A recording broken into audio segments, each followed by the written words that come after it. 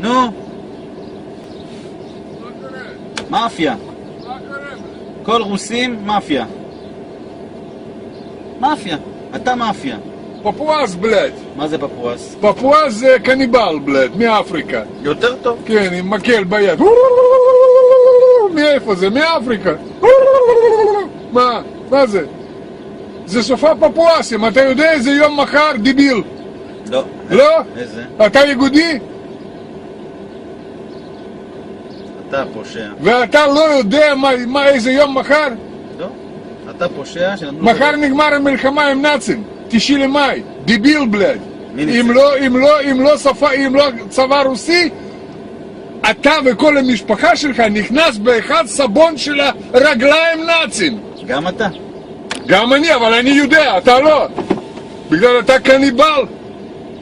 תגיד. אתה בלד נמוך. רגע, יש לי שאלה. ליברמן בצוהר. ליברמן, אתה בלד בבית סוהר צריך להיות ביומיים. בגלל אתה הביאו בלד עופות מקלקיליה בלד. כן. אבל באמת ליברמן בצוהר. כן, בצוהר. כל רוסים בצוהר, אחד אחד. מאפיה, מאפיה. אתם מקבלים על החשבון שלנו. על החשבון שלנו. אתם מקבלים טיקטס בלד בחזרה. בקסבלנקה. אתה יודע... קסבלנקה בלד. אתה יודע... מרקש. אתה גר במרקש, בלפלמות בלד, יהיה בסדר, לא צריך מיצובישי, לא צריך לעבוד. פלאפל, חומוס, טחינה, יש. ברוך השם בלד, אחד פיתה ביום ואתה שמח. למה אתה פה? למה? תגיד.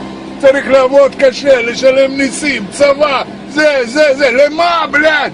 היה במרוקו טוב מאוד, אתם חיים בלד, שמש, וואו, בננות, תפתח פה, בנן נפל בלד, מה קרה?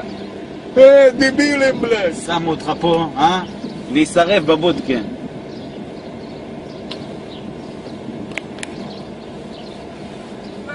לחזור לקסבלנקה, מהר בלד, מהר. לקבלים לכם, מחכים לכם שם. אני תכף יורד מהאוטו, אני אתן לך 2 מכות. כן, 2 מכות, אתה 2 פעמים יכול לעשות לי מוצץ בלד. תכף אני בא אליך. כן, היום זה הסוף שלך.